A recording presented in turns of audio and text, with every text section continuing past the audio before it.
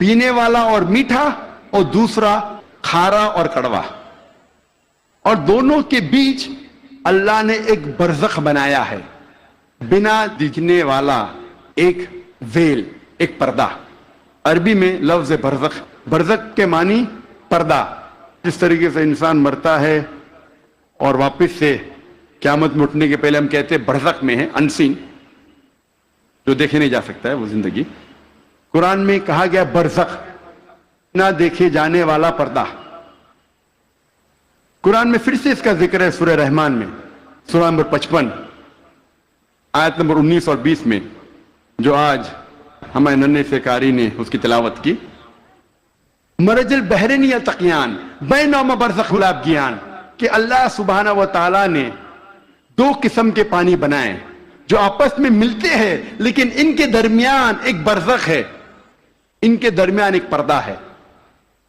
لوگ پہلے جانتے تھے کہ دو قسم کے پانی ہے, کھارا اور میٹھا, کھارا پانی میٹھا پانی, لیکن مفسرین قرآن یہ نہیں سمجھ پاتے تھے اللہ تعالیٰ کیا کہنا چاہتا ہے جب کہتا ہے کہ کھارے اور میٹھے پانی کے درمیان برزخ ہے.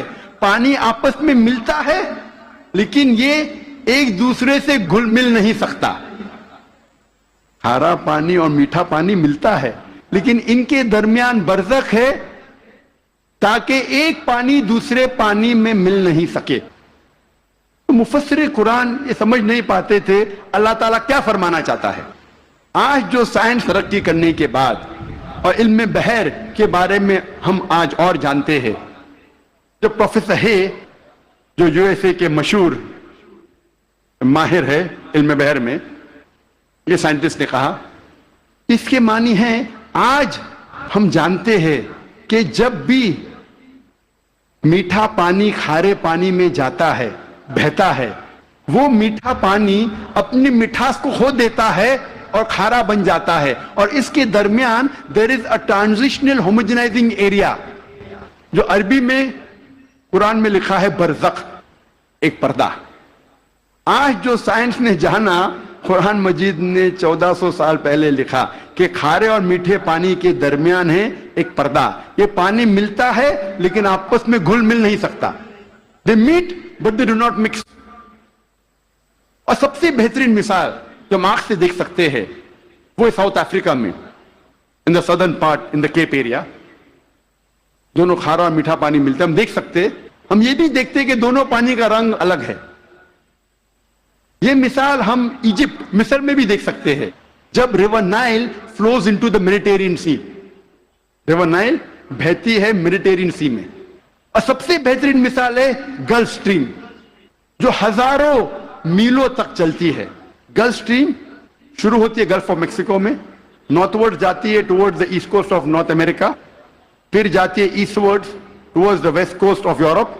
ہزاروں میل بہتی ہے, دونوں پانی لیکن علیحدہ ہے, یا سپریٹ, ڈسٹنکٹ. اگر آپ کشتی میں سفر کر رہے ہیں اس گلف سٹریم کے کنارے پہ, اور پانی ایک طرف سے لیں گے اور پانی دوسرے طرف سے لیں گے, تو پتا چلتا ہے ایک پانی میٹھا ہے ایک کھارا. اس کی حرارت, اس کی ٹیمپریچر بھی ڈیفرنٹ ہے. قرآن مجید میں اس کا ذکر ہے 1400 سال پہلے. میں اور ایک مثال پیش کروں گا قرآن مجید میں علم بحر کی. کچھ قرآن مجید کی ایک آیت لی سورہ نور کی, سورہ نمبر 24 آیت نمبر 40, اور اس کا ترجمہ پیش کیا پروفیسر درگا راؤ کے پاس. پروفیسر درگا راؤ اس وقت کنگ عبدالعزیز یونیورسٹی جدہ میں پڑھاتے تھے, اور وہ ماہر تھے علم بحر میں. He was a marine geologist. اور ترجمہ پیش کیا اور کہا آپ کا اس قرآن کی آیت پہ کیا خیالات ہے. قرآن مجید میں لکھا ہے سورہ نور میں سورہ نمبر 24 آیت نمبر 40 میں کہ انکار کرنے والوں کے ذہن کی کیفیت ایسی ہے جس طریقے سے سمندر کے گہرائی میں اندھیرے پر اندھیرا, موج پر موج, لہر پہ لہر, اس کے اوپر بادل, جب انسان اپنے ہاتھ کو آگے کرتا ہے وہ دیکھ نہیں سکتا. اللہ جسے روشنی نہیں دیتا وہ دیکھ نہیں سکتا. یہ آیت کا ترجمہ سننے کے بعد پروفیسر درگا راؤ نے کہا کہ یہ عام سمندر کا ذکر نہیں ہے, یہ ایک گہرے سمندر کا ذکر ہے. اور پہلے انسان یہ نہیں جانتا تھا کہ سمندر کی گہرائی میں اندھیرا تھا. سینکڑوں سال پہلے، 100-200 سال پہلے، جب سب مرین ایجاد ہوئی اور جب انسان سمندر کی گہرائی میں گیا، تب انہیں پتا لگا اور تب محسوس ہوا کہ سمندر کی گہرائی میں اندھیرا ہے. عام انسان 20 میٹر سے زیادہ جب سمندر میں اندر جاتا ہے تو وہ تیر نہیں سکتا، اور 200 میٹر سے زیادہ اندر جائے گا بنا کوئی آلہ کے، بنا کوئی ایکوپمنٹ کے، تو انسان مر جائے گا. آج سب مرین کے ذریعے ہم انڈر واٹر جا سکتے، ہمیں پتا چلتا ہے کہ سمندر کی گہرائی میں اندھیرا ہے. پروفیسر درگا راؤ نے کہا اندھیرا 2 وجہ کے لیے ہے. سب سے پہلی وجہ ہے جب روشنی پانی میں داخل ہوتی ہے، روشنی کی کرن، تو ایک کے بعد ایک رنگ پانی میں جذب ہوتا ہے. آج سائنس یہ کہتی ہے کہ روشنی کی کرن 7 رنگ سے بنی ہوئی ہے، وبگیور، وائلٹ، انڈیگو، بلو، گرین، یلو، اورنج اور ریڈ. وائلٹ، انڈیگو، بیگنی، بلو، نیلا، گرین، ہرا، یلو، پیلا، اورنج، نارنگی، ریڈ، لال. سب سے پہلے 10 یا 15 میٹر پانی کے نیچے لال رنگ جذب ہو جاتا ہے. اسی لیے انسان اگر پانی میں 30 میٹر کی گہرائی پہ جاتا ہے، اگر اسے چوٹ لگتی ہے اور خون بہنے لگتا ہے تو وہ انسان اپنے خون کا لال رنگ دیکھ نہیں سکے گا. 30 سے 50 میٹر جذب ہوتا ہے نارنگی رنگ.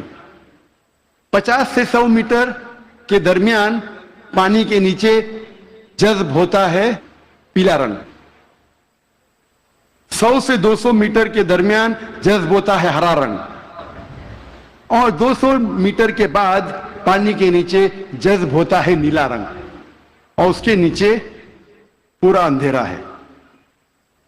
قرآن مجید میں لکھا ہے انکار کرنے والے کی ذہن کی کیفیت، انکار کرنے والے جو خدا کا انکار کرتے ہیں، جو خدا میں نہیں مانتے، اللہ سبحانہ میں نہیں مانتے، انکار کرنے والے کی ذہن کی کیفیت ایسی ہے جس طریقے سے گہرے سمندر میں اندھیرا پہ اندھیرا، لہر پہ لہر، اس کے اوپر بادل. دوسری وجہ اندھیرے کی ہے، پروفیسر درگا راؤ کہتے ہیں، وہ ہے بادل. جب سورج کی روشنی آتی ہے کئی بار بادل اس روشنی کو جذب کر لیتا ہے، اس لیے بادل کے نیچے ہم دیکھتے ہیں اندھیرا. اور جو روشنی بادل کے ذریعے جذب نہیں ہوتی اور جب سمندر میں جاتی ہے، کئی بار جو سمندر کے اوپر لہریں ہیں وہ لائٹ ریز کو ریفلیکٹ کرتی ہے، اور جو لائٹ ریز، جو روشنی کی کرن ریفلیکٹ نہیں ہوتی وہ سمندر میں داخل ہوتی ہے. اور جیسے میں نے کہا ایک رنگ کے بعد ایک رنگ جذب ہوتا ہے. ان قرآن مجید میں لکھا ہے انکار کرنے والے کی ذہن کی کیفیت ایسی ہے جس طریقے سے گہرے سمندر میں اندھیرے پہ اندھیرا، لہر پہ لہر. اس کی کیا معنی؟ لہر پہ لہر. ہم انسان جانتے تھے کہ سمندر کے اوپر لہر ہے، لیکن سن 1900 میں ہمیں پتا لگا کہ سمندر کے نیچے بھی لہر ہے. اسے کہتے ہیں انٹرنل ویوز، اندرونی لہر، جو ڈفرینشیٹ کرتی ہے superficial part of the ocean کو deep part of the ocean سے. یہ اندرونی لہر تقسیم کرتی ہے سمندر کو اوپری سے اور اندرونی حصے میں. اوپری حصہ superficial part is lit up and warm, گرم ہوتا ہے اور اس میں روشنی ہوتی ہے. جو گہرا بھاگ ہوتا ہے سمندر کا وہ اندھیرا ہوتا ہے اور ٹھنڈا ہوتا ہے. یہ انٹرنل ویوز، اندرونی لہر ہمیں پتا چلی تقریباً 100 پہلے. قرآن میں لکھا ہے لہر پر لہر، یعنی اندرونی لہر کے اوپر ہے سپرفیشل ویوز. اسی لیے مچھلیاں بھی جب گہرائی میں جاتی ہے وہ دیکھ نہیں سکتی، اپنی خود کی روشنی لے جاتی ہے. Due to chemical reaction مچھلی خود کی روشنی کے ذریعے دیکھ سکتی ہے گہرے اندھیرے میں. پروفیسر درگا راؤ نے کہا کہ یہ کتاب قرآن مجید انسان کی لکھی ہوئی کتاب ہو ہی نہیں سکتی. اور پروفیسر درگا راؤ نے کہا یہ کتاب خدا کی طرف سے ہے. اب ہم ذکر کریں گے علم حیاتیات.